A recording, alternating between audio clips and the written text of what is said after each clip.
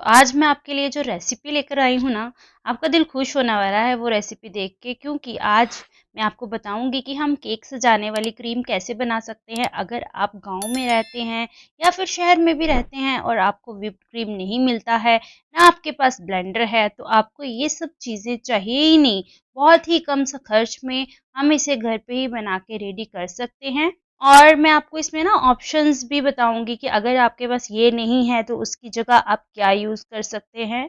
तो इसमें कलर्स डाल के आप फ्रॉस्टिंग और डिज़ाइनिंग भी कर सकते हैं। तो इस वीडियो में ना मैं आपको क्रीम बनाने के बाद दिखाऊंगी कि मैंने इसकी जो कपकेक्स का जो मैंने डेकोरेशन किया है वो कैसे किया है और कितना ही सुंदर डेकोरेशन हुआ है इसका। तो चलिए जल्दी से स्टार्ट करते हैं इसको बनाना। तो हमने लिया है आधा कप दूध, आधा कप चीनी और 2 चम्मच यहाँ पे मैंने कॉर्नफ्लोर लिए हैं। अगर आपके पास कॉर्नफ्लोर नहीं है तो आप उसकी जगह पे मैदा का भी यूज़ कर सकते हैं।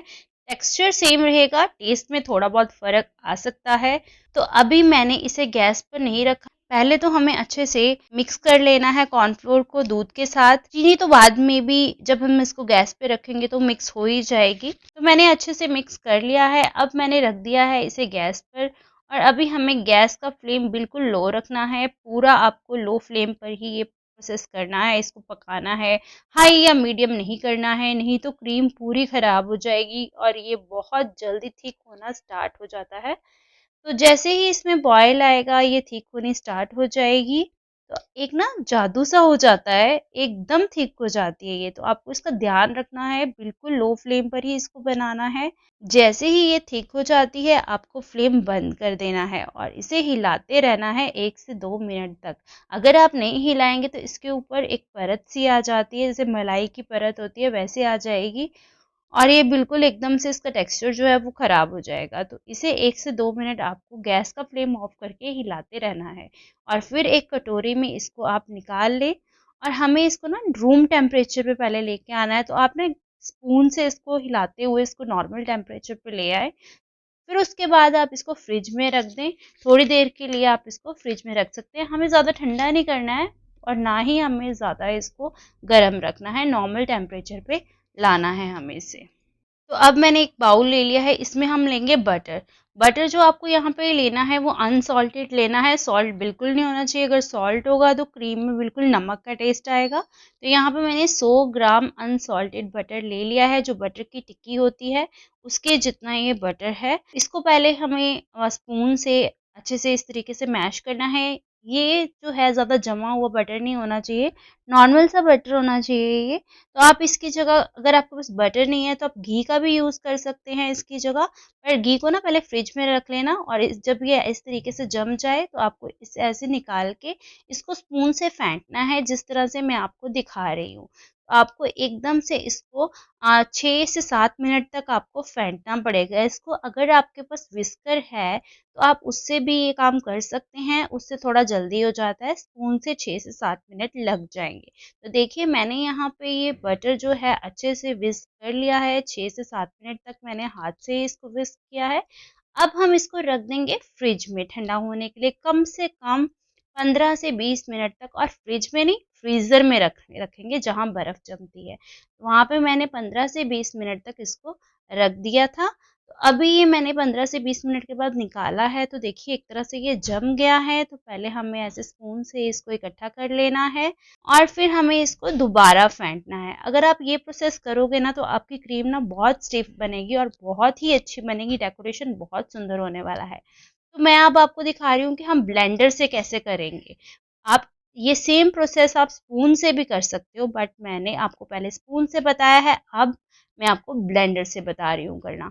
अभी हम ब्लेंडर से इसको फेंटेंगे, बट कुछ इस तरीके से थोड़ा थोड़ा करके ही चलाएं।